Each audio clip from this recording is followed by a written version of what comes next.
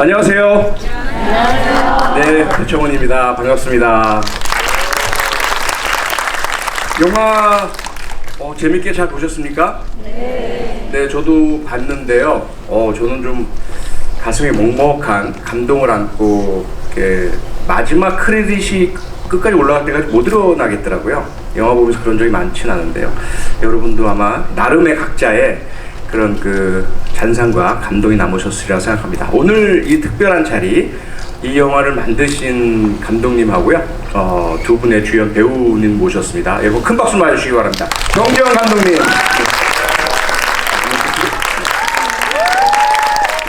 설경구 배우님, 허성태 배우님 모셨습니다.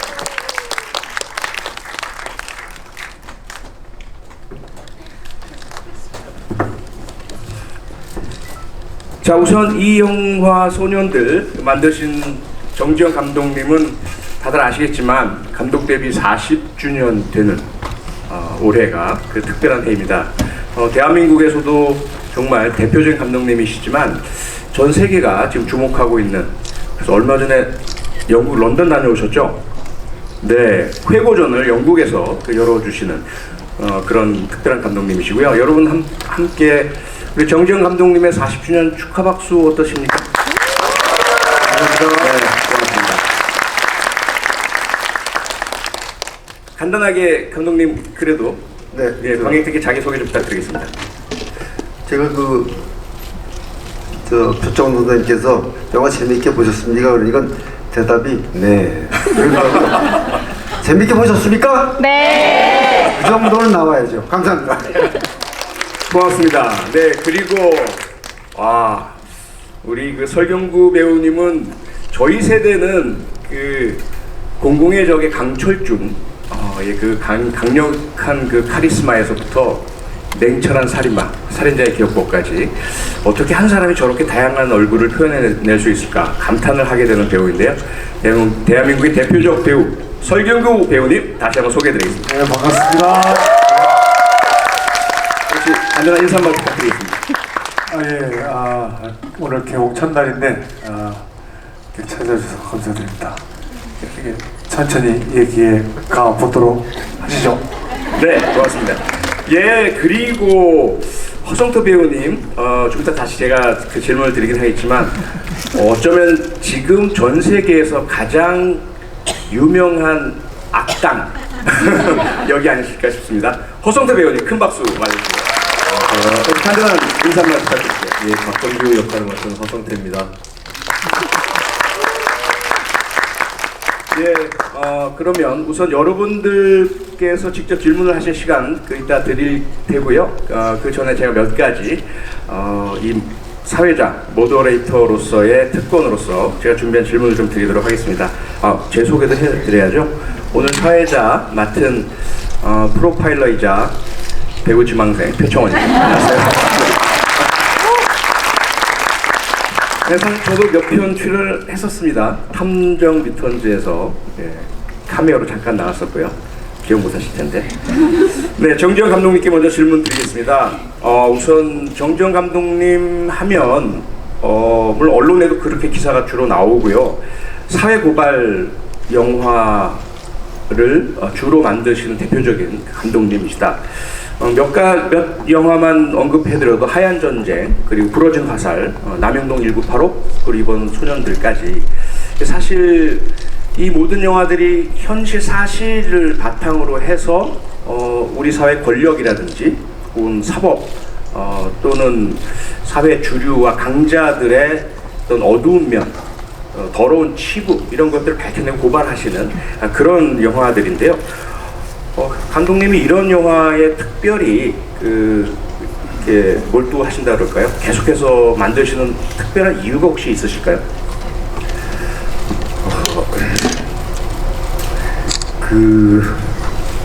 제가 원래 이제 소위 리얼리즘 영화를 좋아해요. 네.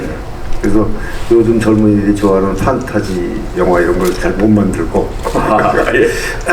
그런데 이제 이 사실을 바탕으로 해서 영화를 만드는 이유는 우리가 많은 사건을 보지만은 되게 사실은 저런 사건이 있었어. 그래. 거의 강 건너 불보듯하고 지나가거든요. 네. 근데 그걸 자세히 잘 들여다보면 우리가 살고 있는 사회를 알게 돼요. 우리가 지금 어떻게 살고 있으며 그럼 어떻게 살아갈 것이지? 이런 것을 발견하게 되잖아요. 네. 그래서 이 사람들이 별로 좋아하지 않을 것 같은데 그나마 찾아서 그거를 좀 재밌게 찾게 만드는 거죠. 관객들이. 예. 관객이 재밌게 만들어서 관객들과 같이 우리 이런 사회에 살고 있어. 우리 알자. 이런 생각이 들어요. 네. 그렇습니다. 우리 사회에 대해서 영화를 통해서라도 보다 좀 관심 가지고 좀 더 좋은 사회를 위해서 노력을 하자라는 그런 메시지를 주고 싶다는 말씀으로 제가 이해가 됩니다. 그런데 말입니다, 감독님. 사실 개인적으로 저는요, 사실 정말 깜짝 놀랐던 게 제가 처음 접했던 정지영 감독님은요, 어떤 영화냐면 안개는 여자처럼 속삭인다, 위기의 여자, 산산이 부서진 이름이요, 블랙잭. 이 영화들은 거의 청소년 불가, 그리고 남녀 간의 사랑. 예, 제가 너무나 좋아했고, 왜냐면 그때가 제 청년기였으니까요. 청년기 이성과 뭐 연애, 사랑, 여기에 관심이 클 때 정지영 감독님이 대표적인 그런 영화를 주셨거든요. 너무나 어찌 보면 상반되는 그 영화 어떤 세상이라고 할까요? 정지영 감독님의 영화 세계는 어떤 겁니까? 근데 여기 젊은이들은 잘 모를 텐데요. 90년대 이전, 그러니까 87년 이전에는 네. 그런 영화밖에 만들 수가 없었어요. 현실적으로. 네, 예. 검열에 다 걸립니다. 사회 문제를 뭐 좀 건드린다? 네. 무조건 검열에 걸려요. 네. 그 시대를 살아온 영화인들이 이제 지금 많이 활동을 못하고 있죠. 네. 그래서 저는 그 시대부터 지금까지 그 얘기를 하면은 요즘 감독들은 참 행복한 시대에 살고 있는 겁니다. 그때는 우리 스스로 검열을 했어요. 네. 이거 이렇게 찍으면 잘리지 이거? 이렇게 80년대는 그렇게 살아왔습니다. 네. 그러니까 제가 기억하는 게 그 당시 1985년에 제가 대학을 들어갔었거든요. 그때 그 당시에 나왔던 영화 중에 뭐 영자의 전성시대 이런 영화가 있었는데 우리들끼리 무슨 얘기를 했냐면 사실 감독은 순자의 전성시대라는 영화를 만들고 싶었다. 근데 그거 만들면 잡혀 들어가니까. 그 당시에 대통령 부인 이름이 이순자였거든요. 그게 농담인지 사실인지 모르겠지만 그렇게 이야기할 정도로 감독님들이 만들고 싶은 영화를 만들지 못했던 시대다, 그런 말씀이시지 않습니까? 네. 네, 그러면 이제 소년들로 바로 들어가 보도록 하겠습니다. 영화 소년들, 사실 제가 그 사회를 맡게 된 이유도 바로 이 소년들이 실제 사건을 배경으로 했기 때문인 것으로 저는 이제 알고 있습니다. 삼례마을에 있는 나라 슈퍼 강도살인 사건, 저나 우리 경찰에는 무척 아프고 부끄럽고 좀 자성을 해야 할 사건인데, 감독님이 다른 여러 좀 의혹 사건들도 있습니다. 그리고 나중에 억울하게 누명 썼다고 밝혀진 다른 사건들도 있고요. 이 사건에 주로 주목하시고 영화를 만드신 또 다른 이유가 있을까요? 처음엔 그 약촌오거리 사건이라는 사건이 있었는데 네. 그거를 영화하고 싶었어요. 박준영 교수한테 전화를 했더니 예. 다른 사람이 준비하고 있대요. 영화 제심. 네. 세심으로 나오고요. 네네. 그래서 그냥 포기한 채 있는데 불과 얼마 지나지 않아서 이 사건이 터졌어요. 네.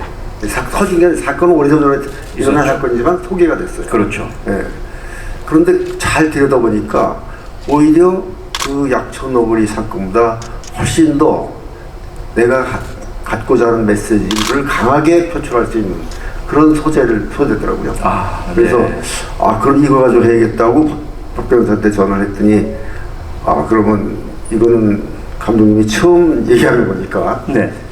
당사자들 그러니까 여기 세 소년들한테 허락을 구하고 연락드리겠다고 그래서 준비한 겁니다. 네. 약촌 오거리 사건을 영화하려고 하셨는데 사실 선수를 뺏기신 거고요. 그런데 사실 들여다보니까 이 소년들의 배경이 된 삼례 나라 슈퍼 사건이 더 이야기거리 풍부하다. 그렇죠. 예, 특히나 그런 권력의 경찰의 수사상의 잘못이라든지 검찰의 알겠습니다. 자, 그러면요. 이 이야기 속에서 제가 이제 영화를 보면서 저는 개인적으로 이제 이분을 아니까 그 말씀 주셨던 약촌 오거리 사건의 실제 이 사건의 진상을 밝혀냈던 분 황상만 반장님 그분을 아시는 분들은 이분은 약촌 오거리 사건에 있어야 할 텐데 황 반장의 이름으로 소년들에서 나타났단 말이죠. 어떻습니까, 감독님? 그 약촌 오거리 사건의 실제의 그런 캐릭터인 황 반장님을 가져오신 거 맞습니까? 맞습니다. 네. 혹시 이유라도 있으시다면? 이 사건 소년들의 사건은 이제 박준영 변호사가 풀어내는 건데요. 예. 처음에는 어느 교도소 교화위원이 네. 한 죄수를 이렇게 만나서 얘기를 하다 보니까 네. 아무래도 범인이 아닌 것 같아. 그래서 자기 친척 여자 변호사 있어요. 예. 그 여자 변호사한테 야 네가 가서 만나봐라. 아무래도 내가 볼 때는 범인이 아닌 것 같다. 그래서 가서 알아보니 변호사가 가서 면담을 해보니까 진짜 아닌 것 같아요. 네. 그래서 자기가 이것을 하기에는 좀 국가 상대로 싸워야 되잖아요. 그러니까 재심 전문 변호사인 박준영 변호사 찾아가서 네. 이거 한번 검토해 주세요. 그래서 박준영 변호사 딱 대들어보니까 이거 싸울만 해요. 그래서 대들어서 박준영 변호사 해결한 겁니다. 그런데 네. 박준영 변호사를 여기는 안 나와요, 그죠? 네. 여성 변호사가 변호사가 나오고 예. 그 이유는 박준영 변호사는 재심이라는 영화에 주인공을 했습니다. 그렇죠. 네. 거기에 내가 약촌 오거리 사건을 영화한다면은 황 반장이라는 사람을 주인공으로 삼았을 텐데 황 반장을 다 뺐거든요. 네. 그래서 내가 이 사람을 빌으면 일관되게 한 사람이 스토리를 끌고 갈 수 있겠다. 네. 이래서 황 반장을 빌려요. 그러셨군요. 사실 뭐 여담이긴 합니다만 황상만 반장님께서 그 재심들 영화 보시고 조금 실망하셨다는 대신에 부활시켜 주셨군요. 예. 네.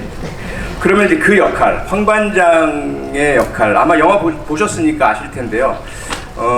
이 이야기 참 슬프기도 하고 아프기도 하고 또 복잡하기도 한데 다양하게 얽혀서 얽힌 인물들 사이에 이야기들 다 쫓아나가다 보면 너무 이제 산만해질 텐데요. 그 중심을 자꾸 끌고 오는 게 황 반장 아닙니까, 그렇죠? 그 황 반장 역을 지금 옆에 계신 설경구 배우께서 맡으셨는데 이번 작품으로 처음 일하시는 거죠, 설경구 배우님하고는? 네, 그렇습니다. 그러면 혹시 설경구 배우님을 이 역할에 캐스팅하시게 된 어떤 이유라도 있으십니까? 약촌 오거리 사건 내용을 들여다보면요, 그 황상만 반장이라는 사람이 옛날 강철중 생각나요. 물론 네. 강철중은 그렇게 폭력적이지 않아. 네. 근데 맞습니다. 강철중이 나중에 반장까지 올라갔으면 노하우도 쌓이고 이제 덜 폭력적이면서 머리로 해결하는 그렇지만 저돌적인 그런 사람일 것 같다는 생각이 들었어요. 네. 그래서 얼핏 그 강철중을 떠올렸고 설경구 배우를 떠올렸고 그런데 17년 후가 있잖아요. 예, 그렇죠. 17년 후의 모습, 그 17년이 지난 그 변한 모습을 가장 잘 표현해낼 수 있는 배우가 누가 있을까? 제 생각에는 설경구 배우가 가장 그걸 리얼하게 표현할 수 있을 것 같다. 이런 생각을 했습니다. 네. 그럼 여기서 바로 설경구 배우님께 직접 확인 질문을 드려야 될 것 같습니다. 지금 감독님 말씀 들으니까 사실 제가 오해하지 않았구나라는 생각이 드는데 사실 제가 영화를 보면서 뭘 느꼈냐면 1999년에 황 반장에게서는 강철중의 모습이 보이고요. 그렇게까지 막 그 강하게 나가지 않았죠. 미친 개라는 그 어떤 별명 속에서 2016년에 황반장에게서는 힘이 많이 빠진, 조금은 다를지 모르겠지만 살인자의 기억법에 나오는 김병수의 그 어떤 치매에 걸리고 힘 빠졌는데도 살아있는 날카로운 눈빛, 이런 것들, 혹시 그 두 역할을 하실 때의 그 느낌과 감정을 가져오셨나요? 아니면 완전히 새로운 캐릭터를 만드신 건가요? 감독님이 처음에 경찰중 같은 캐릭터를 한번 또 해야지라고 하셨을 때 그런 건 줄 알았는데 경찰중보다는 황반장이 많이 도덕적이고 더 두뇌가 있고, 경찰중은 사고뭉치죠. 그 경찰 조직 내에서도 조금 그렇죠. 좀 문제가 있는 인물이어서 저는 그렇게까지는 보진 않았고, 근데 뭐 하나 이렇게 사건을 물면 안 놓는 그런 근성 같은 거는 이제 강철중 비슷하게 생각을 했고, 또 17년 후는 또 우리 교수님이 말씀하신 것처럼 또 살인자의 기억법은 저는 전혀 생각을 안 하고 있었습니다. 네. 그럼 그냥 힘이 쭉 빠진 연화된 상태의 강철중. 기름기 쫙 빠지고 피폐해져 있는 몸과 마음도 다 다치고 네. 그런 인물을 좀 보여주고 싶었었습니다. 그러니까 제가 봤을 때 17년 전과 후가 좀 갭이 좀 있었으면 좋겠다라는 생각을 하면서 했었죠. 네. 그러면 그런 어떤 뭐 차이와 갭이 있긴 있지만요. 어쨌든 황반장이란 존재가 이 영화에서 가지는 비중이 엄청 크지 않습니까? 그리고 어떤 것을 보여주시느냐에 따라서 실제 사건이 어떻게 인식되느냐도 걸려 있고요. 그 다음에 여기에 걸려 있는 경찰이나 검찰이나 또 피해자분들이나 이분들에 대한 인식도 달라질 텐데, 이 역할, 황반장 역할을 하시면서 혹시 마음속에 계속 가지고 계셨던 어떤 생각이나 어떤 뭐 신념 이런 것도 혹시 있으실까요? 신념까지는 없었습니다. 이 황반장을 가져온 데는 이제 이유가 있을 거라 생각하고, 그 저를 통해서 이 사건을 좀 객관적으로 떨어져서 봤으면 싶었고, 네. 또 저로 인해서 저는 이제 모든 관계자들을 만나고 다니거든요. 그러면서 저 피해자도 만나고 가해자들도 만나고 다 만나면서 좀 저로 인해서 특히 17년 전 같은 경우는 좀 더 역동적이었으면 싶었고, 저를 계속 따라가 줬으면 하는 마음으로 했습니다. 그래서 이 사건과 저를 통해서 이 소년들을 바라보게 그렇게 보면 좋겠다라는 생각을 했었습니다. 그래서 저는 원래 실제 있었던 인물이 아니고 약천오고리에서 황성만 반장님 캐릭터를 좀 그대로 가져온 건 아니고 그 일정 부분을 가져와서 여기 세팅을 한 건데, 저를 통해서 소년들이 좀 더 잘 보였으면 하는 마음이었습니다. 이 사건도 좀 더 잘 들여다봐 줬으면 하는 마음으로 했습니다. 네.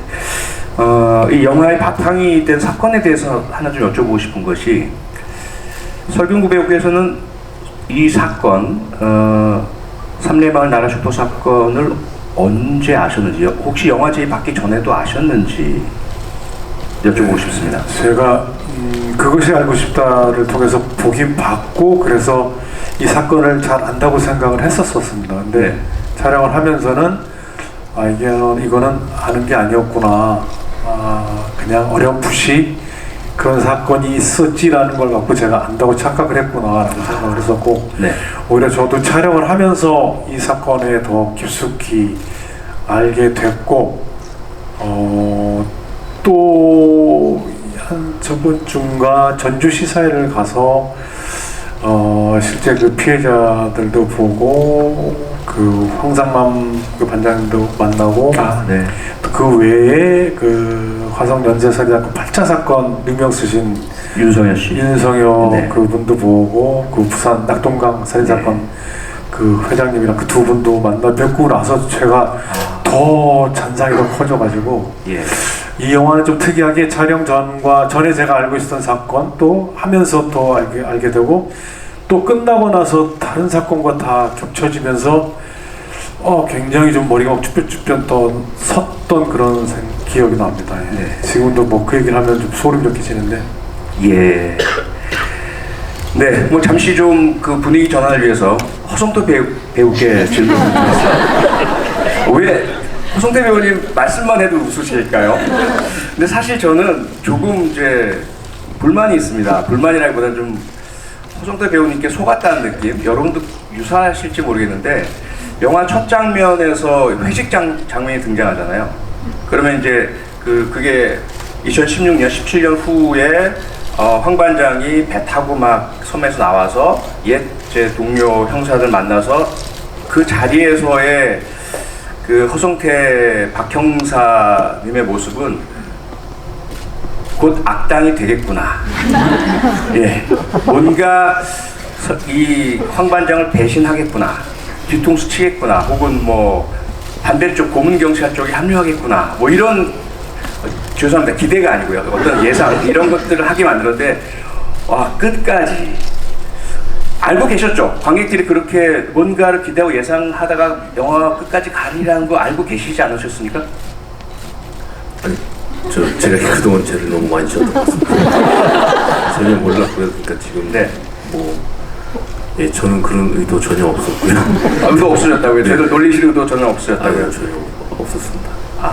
근데 사실 맨 마지막에 그 감찰실에서 조사받고 나오실 때 그때까지도 사실은 나오시면서 뭔가 그쵸? 근데 마지막 장면에 뭐라고 했죠? 꺾이면 안 돼! 뭐 네. 예, 하던데 왜? 뭐 이런 식으로 응원, 착한 응원을 해주셨잖아요. 도대체 어떤 작품을 어떻게 보신 거예요? 죄송합니다. 제가 되게 제 이미지를 고착화시켰던 것 같습니다. 예. 그래서 그럼 연결해서 질문 드릴게요. 아시면서 그러십니까? 사실은 오징어 게임의 장덕수 그 캐릭터는 지금도 어떤 분의 꿈에 나올걸요. 근데 제가 가장 놀라웠던 건 오늘 처음 딱 뵀거든요. 주차장에서 우연히 같은 시간에 딱 차를 내렸는데 스크린이나 그 TV 화면에서 보던 허성태 배우님은 체격도 크시고요. 뭔가 좀 이렇게 조폭 같은. 근데 너무 이렇게 순한 모습이시더라고요. 그렇게 크지도 않으시고요. 그런 말씀 많이 듣지 않으십니까? 이제 소년들은 저희 이제 오징어 게임 때 함께 같이 촬영을 했던 작품이고요. 그때 네. 17kg 정도 증량을 했었거든요. 예, 일부러 그때 오징어 게임 처음 캐스팅돼서 이제 감독님이 무슨 조폭이 이렇게 말랐냐 해서 17kg를 증량을 했는데 그 다음에 이제 소년들이 바로 캐스팅이 돼서 이제 함께 작업을 하고 있어서 네. 아마 지금 이게 덕수의 피지컬이고요. 그리고 다시 또 이제 지금 감량을 한 상태고. 네. 와, 17kg을 오가다. 제 그 아내의 평생 목표가 13kg 빼는 건데요. 1kg 빠지는 걸 제가 못 봤습니다. 예, 다이어트들 내일부터 대단하십니다. 17kg를 뺀다는 것이. 이 극중의 역할 질문 드리겠습니다. 사실 뭐 저도 경찰관 생활했고 형사 생활을 했고 마주쳤던 많은 현실 속 형사분들이 계시는데 박 형사의 모습은 실제 하지 않을 것 같은 실제 형사 모습이거든요. 형사를 해본 사람은 압니다. 그런 캐릭터들이 있어요. 꼭 정말. 그런데 어떻게 그렇게 리얼하게 잘 표현을 해주시면서 그리고 좀 과장된 모습까지도 비춰지는지 혹시 현장 가서 설경우 배우님처럼 형사들 모습 현장 체험하시고 하셨습니까? 아니요, 아니고요. 저는 오히려 시나리오 보면서 되게 그 정규가 형사이긴 하지만 제가 어떤 형사님들의 어떤 책임감이나 그들의 어떤 가치관이나 이런 거는 제가 잘 모르거든요. 현장 체험도 안 해봤고 그냥 정규는 제가 그냥 시나리오 봤을 때는 제일 평범한 어떤 그냥 어떻게 보면 회사원? 평범하게 그냥 아무 문제 없이 그냥 이렇게 문제 없이 살아가고 뭐 이렇게 무슨 황 반장처럼 엄청난 책임감을 가지고 정의감을 가진 그런 인물도 아니고 그냥 이렇게 평범하게 살아가는 인물이라고 생각을 했는데 이제 황 반장을 만나면서 조금 이렇게 인생이 좀 이렇게 약간 적극적으로 바뀌는 그런 어떤 인물이라고 생각을 했고 특히 소년들에서는 그냥 이제 약간 무거운 메시지를 약 다소 무겁게 느낄 수도 있는 이 영화지만 그 안에서 약간의 윤활유 역할을 하면 된다는 관점에서 그 역할을 접근을 했지 어떤 리얼한 형사를 해봐야겠다라는 관점으로는 접근을 하지를 않아가지고요. 그러셨군요. 네, 또 허성태 배우님께 한 가지 꼭 부탁드려야 될 것이 정지영 감독님 제가 쭉 최근에 나온 보도나 다른 분들의 평가 40주년이다 보니까요. 너무 좋은 말들만 하셔서 솔직하게 사실 직장 상사잖아요. 솔직히 말하면. 근데 꼭 좋은 일만 있을 수는 없지 않습니까? 예, 모든 배우들 힘들었을 또 스태프들을 대신해서 정지영 감독님께서 소년들 촬영 기간 중에 하셨던 것 중에 불만 한 가지 말씀해 주십시오. 스태프들을 대신해서요? 네. 스태프들을 대신해서는 정말 영어밖에 생각 안 하시는 분이. 그러니까 지금 씬 끝나면 바로 다음 씬. 그러니까 온 포커스가 그냥 이 씬 오늘 찍을 거 이거에만 진짜 정신이 그냥 거기에만 집중이 돼 있으셔서 이제 스태프분들이 좀 힘들었던 점이 있고요. 그리고 저는 개인적으로 어떻게 보면 약간 부정적이면서 긍정적인 면인데 제 연기에 별로 관심이 없으셨던 것 같아요. 그래서 제가 제가 이 애드립을 쳐도 그렇고 뭐 애드립을 막 치는데 감독님이 오케이 이렇게 넘어가셔서 오케이, 습관적 오케이. 네, 그래서 오히려 저는 또 반대적으로 얘기하면 되게 자유롭게 연기할 수 있었어요.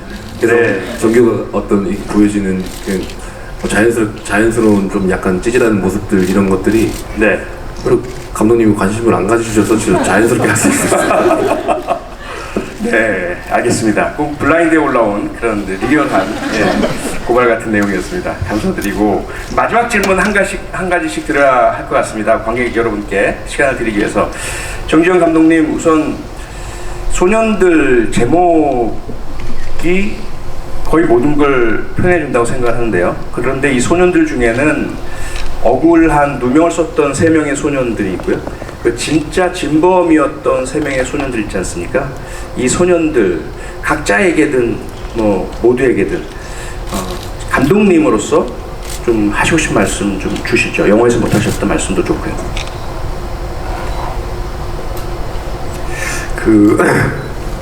억울하게 이 감옥살이를 한 3소년도 소년은 물론이고 실제 범행을 한 3소년 이 사람들도 사실은 이 사회에서 소외받는 친구들이죠. 그렇죠. 예.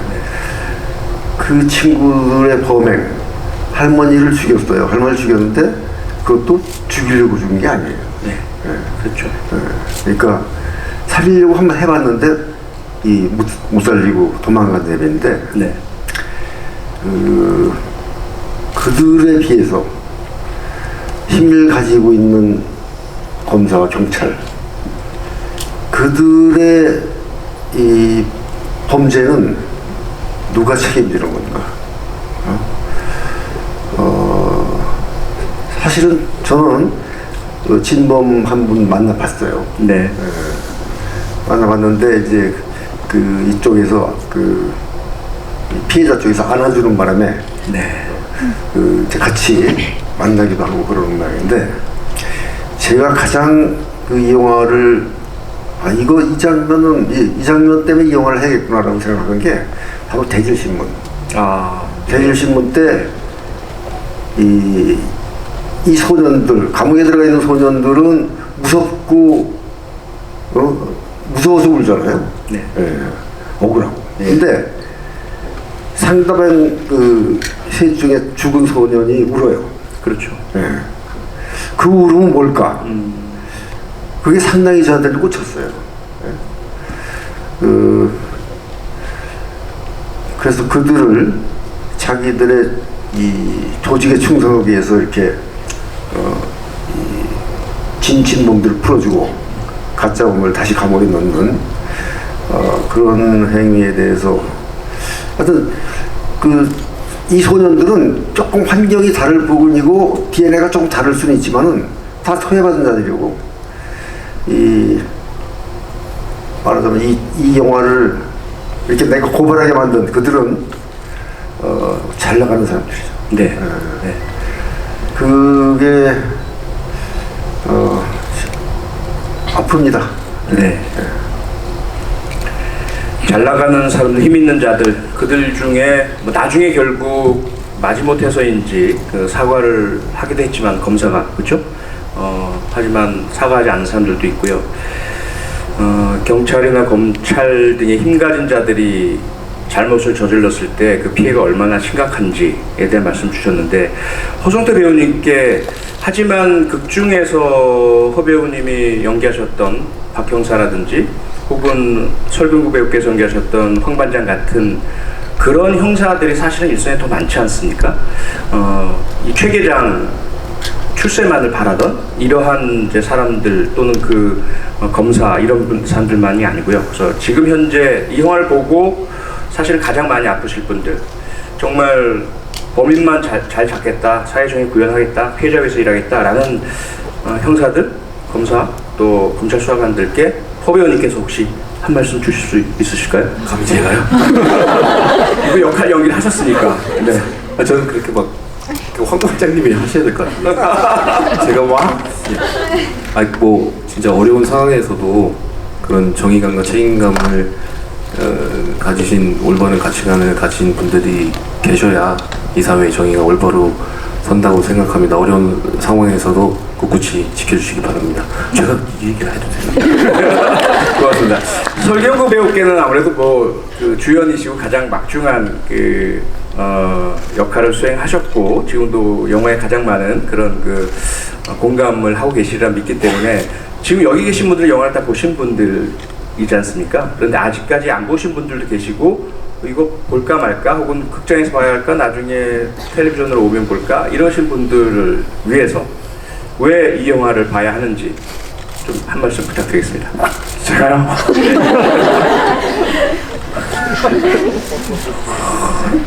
허성태 씨가 제가 아까 좀 전에도 말씀드렸는데 제가 이 사건을 안다고 생각했고 많은 분들이 그 기사들을 보면 많이 알려진 3년 나라 슈퍼 사건이라고 막 나오는데 제가 기자분들이랑 인터뷰하면서도 그 기사가 잘못됐다고 이야기를 했거든요. 그리고 많은 젊은 분들이 이 사건에 대해서 많이 또 모르세요. 그리고 어설프게 알면서 또 나 그거 알아 라고 하면서 그냥 묻히고 또 지나가고 뭐 그랬던 사건이 뭐 이 사건뿐만 아니고 많은 사건들이 다 뭐 관심 없이 또 지나가고 하는 것 같은데, 요즘 극단적으로 말씀을 드리면 그 정의라는 단어, 그 말이 되게 판타지처럼 들려요. 이런 세상이 극단적으로 말씀드린 건데 그렇지 않겠지만 저는 사실 용감한 형사들을 되게 좋아합니다. 그 프로를 정말 그거 보면서 막 눈물 날 때도 있어요. 예. 그렇게 또 정의로운 분들이 많이 있습니다. 그리고 여러분들이 이 영화를 꼭 보셔서 그냥 지나가지 않고 묻히지 않게 많은 분들이 또 이 삼례 나라 슈퍼 사건 소년들뿐만 아니고 이 영화를 보게 되면 또 다른 비슷한 류의 영화들도 그 사건들도 찾아보게 되고 또 이전과는 또 이게 찾아보게 되면 또 이전과는 또 다른 마음이 또 생길 거라고 생각합니다. 그러면서 주위 분들한테 서로 또 이런 이야기 하고 하면은 영화가 세상을 바꾸지는 않지만은 그래도 조금 나아지게나 하는 역할을 하지 않나. 그래서 이 영화를 집에서 TV로 스톱 누르고 다시 딴 일 하다 또 보지 마시고 여기서 큰 화면에서 이번밖에 기회가 없습니다. 큰 화면에서 큰 스크린에서 볼 수 있는 기회는 꼭 극장에 오셔서 같이 공감해 주셨으면 하는 진심으로 부탁드리는 말씀입니다. 예. 네, 고맙습니다. 세 분의 정말 진솔한 답변 감사드리고요. 이제 관객 여러분께 마이크를 넘기겠습니다. 시간이 많지 않습니다. 그래서 주저하지 마시고요. 질문 있으신 분들 손 들어주시기 바랍니다. 예, 마이크 전달 좀 부탁드리겠습니다. 뭐라고 쓰신 거예요? 꾹꾹꾹꾹가 누굽니까? 네, 저는 저는 촬영 비하인드적으로 궁금한 게 있었는데 황반장 캐릭터 상으로 뭔가 술을 많이 마시는 장면들이 나왔는데 해당 촬영 장면에서 다 소주가 진짜 소주였는지 그게 좀 궁금했습니다. 밝히실 수 있나요? 네.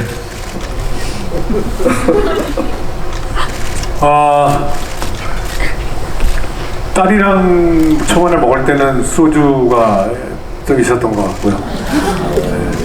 그게 이제 맹물이랑 진짜 소주랑 느껴지는 기분이 좀 다르거든요. 그 첫 장면에, 첫 장면에 이렇게 젊은 시절로 이제 이분이 주사 부리잖아요, 막. 그때 제가 소맥을 만들어서 줬습니다. 마시고 하라고. 제가 만들어서 직접 주기도 했고. 네, 그때 되게 좋아하더라고요. 저를 거의 진짜 존경의 눈빛으로 이거를 주다니. 원래는 진짜 술을 안 주셔도 되는데 진짜로 술을 많이 뭐 소맥처럼 뭐 연기를 해야 되는데 제가 만들어서 마시고 가라고 네. 줬었죠. 그랬었습니다. 네, 다음 질문. 예.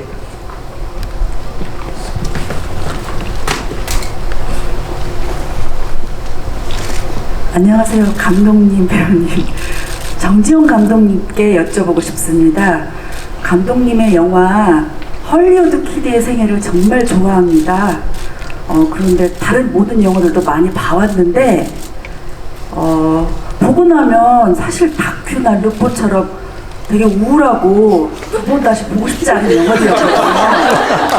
그런데 헐리우드 키드의 생애는 특히나 더 인상 깊게 평생에 남았던 영화였습니다.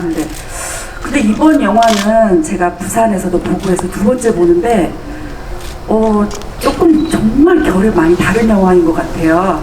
그러니까 다른 영화들은 막 사회를 날카롭게 찌르고 해부해서 봐라 얼마나 끔찍한 현실이 이렇게 말하는 느낌이었는데 이번 영화는 그래도 그 현실 속에서 사람의 힘을 믿는 긍정의 힘이 느껴지는 그래서 되게 마음이 몽글몽글하고 따뜻해지게 만든 영화라는 생각이 들어서 무슨 변화가 있으셨길래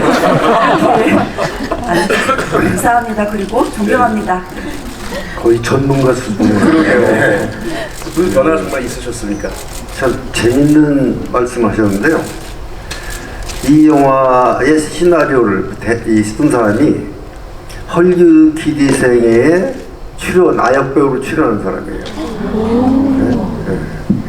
그런데 이전까지 제가 그러니까 부러진 화살부터 블랙머니까지 이 영화는 좀 드라이하죠, 그죠? 네. 제가 좀 드라이한 사람이에요, 원래가. 네? 그런데 이번 영화가 정서적인 요소가 상당히 들어가서 약간 따뜻해졌고 그 이유는 바로 이 시나리오를 쓴 친구가 내가 안 가진 그런 정서를 가지고 있어요. 그러니까 제가 이성적인 사람이라면 그 친구는 감성적인 사람이에요. 그래서 그것이 조화를 이뤄서 이런 영화가 나왔는데 내가 그 작가한테 아마 작가가 여기 와 있을 텐데 갔나? 네. 작가한테 그런 얘기를 했어요. 너 때문에 내가 상당히 그동안에 드라이한 영화가 좀 촉촉해졌다. 고맙다. 이랬더니 그 친구가 하는 얘기가 감독님 헐리우드 키드 생애를 다시 보니까요. 감독님 원래 따뜻한 사람이었어요. 이렇게 얘기를 하더라고요. 지금 똑같은 말씀을 하셔가지고 놀랬네요. 내가. 그러네요. 네. 영화 관계자십니까? 아니시구나. 고맙습니다. 예, 다음 질문 주십시오. 예. 네, 다음에 기회 드릴게요.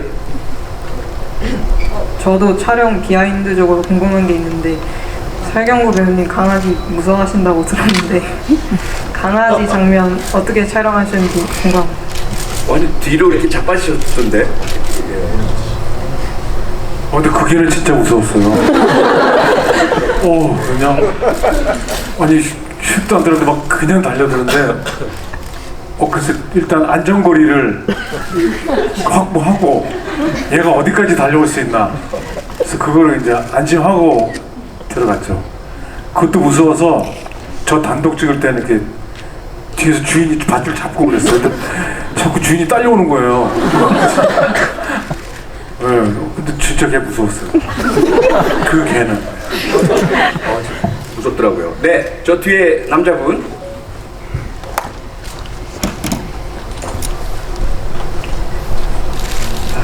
안녕하세요.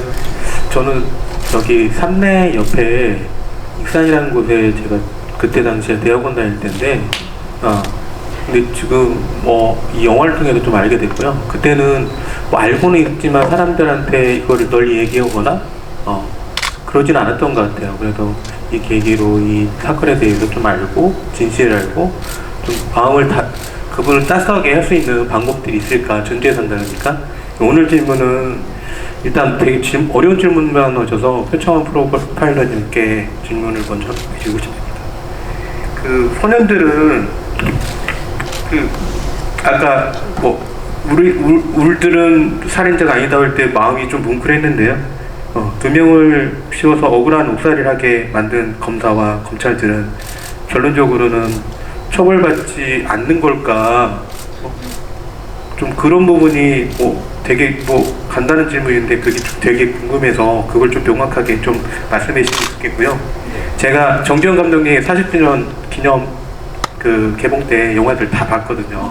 그래서 오늘 보면서 그때 나온 그 배우님들 두 분이 좀 눈에 띄었는데요. 남영동의 그 고문을 많이 받으신 분하고 그다음에 블랙머니에서 그 검사로 나오신 분들 있는데 좀 오늘 영화에서는 그때는 좀 뭐랄까 억울하고 좀 많이 힘든 그런 약자의 모습으로 많이 나오는데 오늘 영화에서는 좀 특이하게 이렇게 반대 역할로 나와서 되게 너무 좋았고요. 그래서 또 그게 감독님이 되게 오랫동안 너무 이렇게 하셔서 영화에는 좀 더 돋보이게 아니면 그 부분들을 다시 반대쪽으로 그 배우님한테 좀 배려하는 부분이 아닐까라는 생각이 조금 좀 눈에 띄었어요. 그래서 이번에 그 배역들을 좀 그런 부분들을 좀 고려해서 하지 않았을까 해서 그 부분에 대해서 좀 얘기를 좀 들어봤으면 좋겠습니다. 감사합니다. 길어서 죄송합니다. 그 블랙머니의 조진웅 배우가 여기 나쁜 검사로 나오잖아요. 블랙머니 보신 분? 네, 블랙머니는 상당히 좋은 검사인데 여기는 나쁜 검사로 나와요. 그러니까 다시 말해서 제가 조진웅을 배려한 게 아니고 조진웅이 저를 배려해 준 겁니다. 말하자면 여기는 주연도 아니고 잠깐 특별 출연 역할인데 거기다 나쁜 역할이야. 근데 여러분 영화를 보셔서 알겠지만은 그 검사가 좀 존재감이 있고 무게감이 있어야 이 영화가 살잖아요. 그죠? 설경구를 제압할 수 있을까 말까 이런 게 있어야지. 설경구라는 사람보다 약하게 보이면은 저건 게임이 안 되는데 이럴 거 아니에요. 그래서 제가 조진웅 씨한테 전화를 해서 이게 이 주연도 아니고 특별 출연인데 그리고 나쁜 역할이다. 근데 네가 좀 해줬으면 좋겠다. 그랬더니 제가 감독님은 해달라면 해줘야죠. 이래서 저를 배려해 준 거고요. 박원상이도 마찬가지로 그건 뭐 잠깐 판사 역할이잖아요.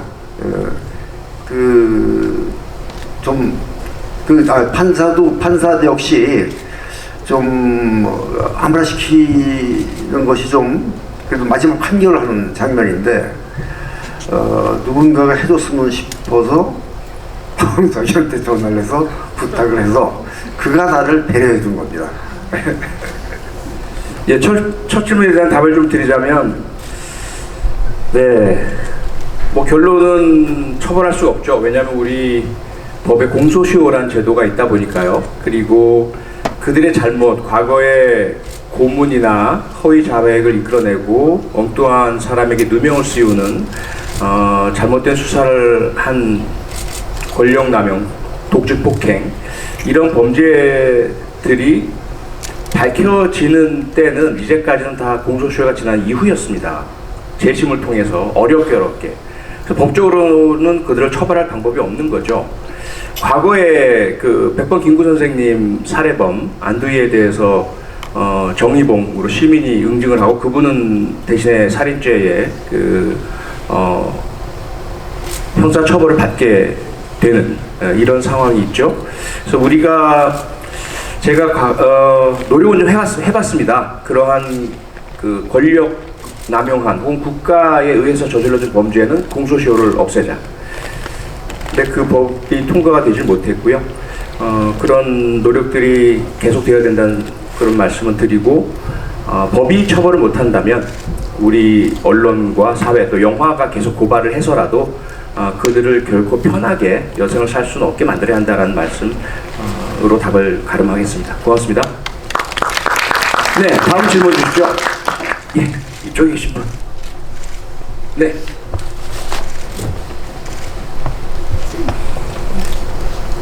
안녕하세요. 저는 정지영 감독님께 질문을 드리고 싶고요.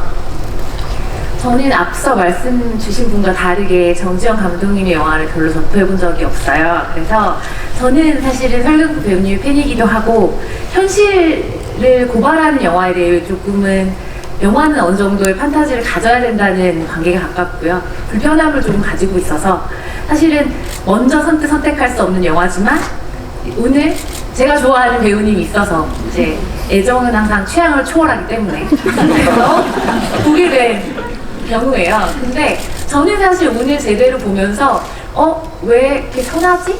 그래서 앞서 말씀을 해주신 영화를 봐오신 분의 대답에서 어느 정도 그런가? 라는 생각을 했어요. 근데 사회를 고발하는 영화를 하시는 감독님들이 특히 정지영 감독님이 생각하는 인간이란 원래 선한 존재인데 그렇죠? 유혹에 따라서 사회를 고발하시면서 그렇게 인간을 보시는 건지 아니면 악한 존재인데 어떠한 선택을 하느냐에 따라서 노력을 하는 존재인지 아니면 아까 말씀 주신 것처럼 드라이하다고 하셨잖아요.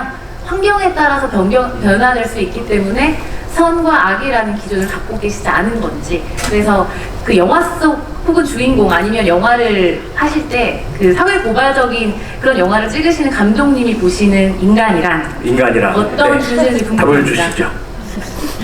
어려운 질문 하시네. 철학적인 질문입니다.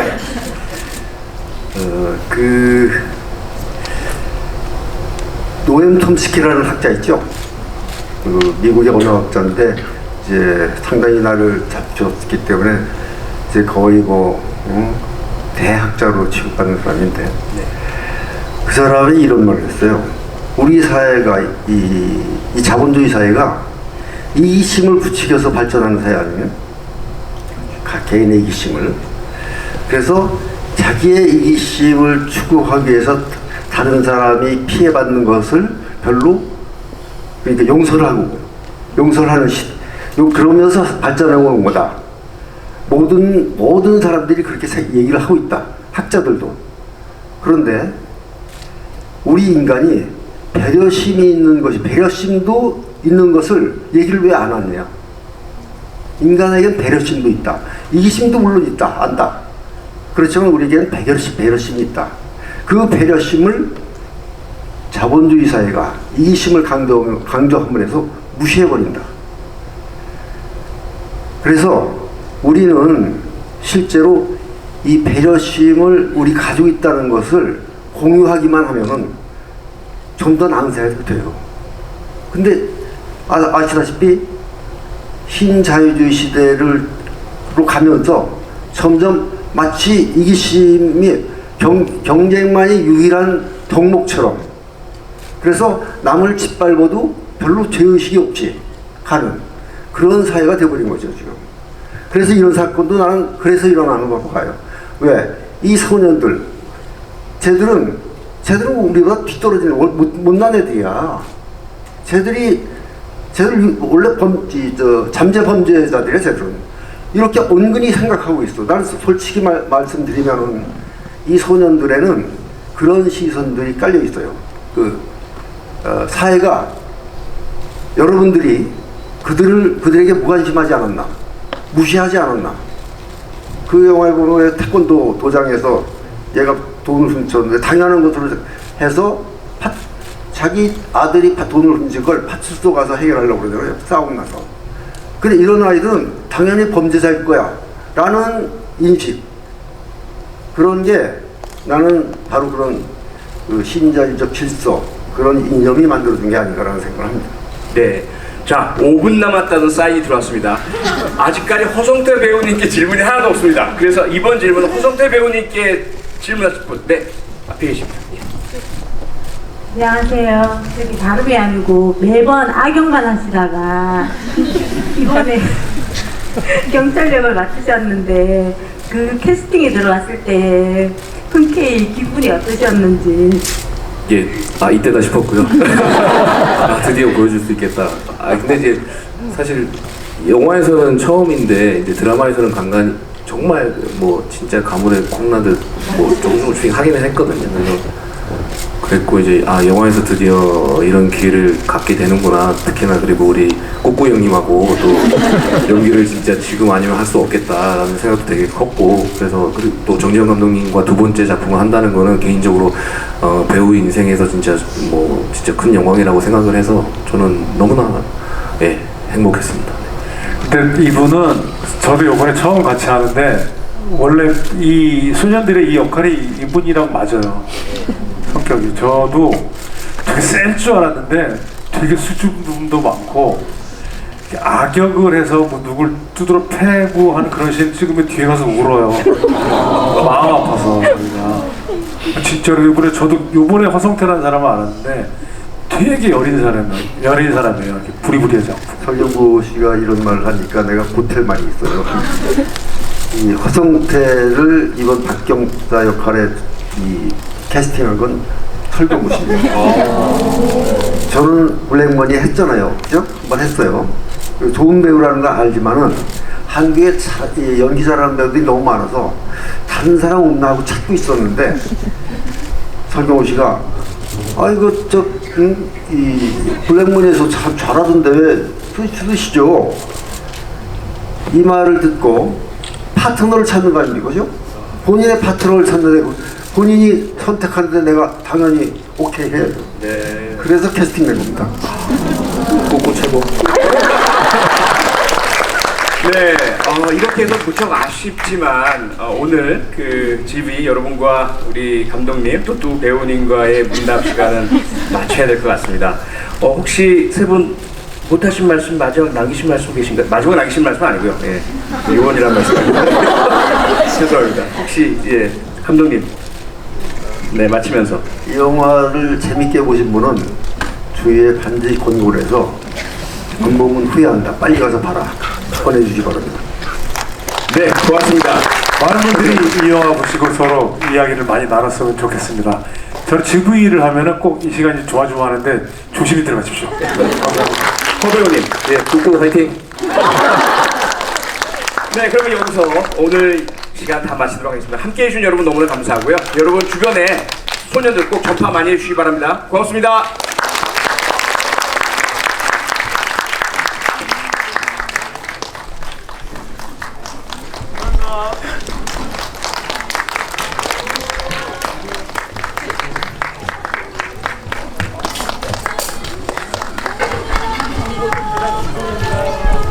이쪽으로 할게요.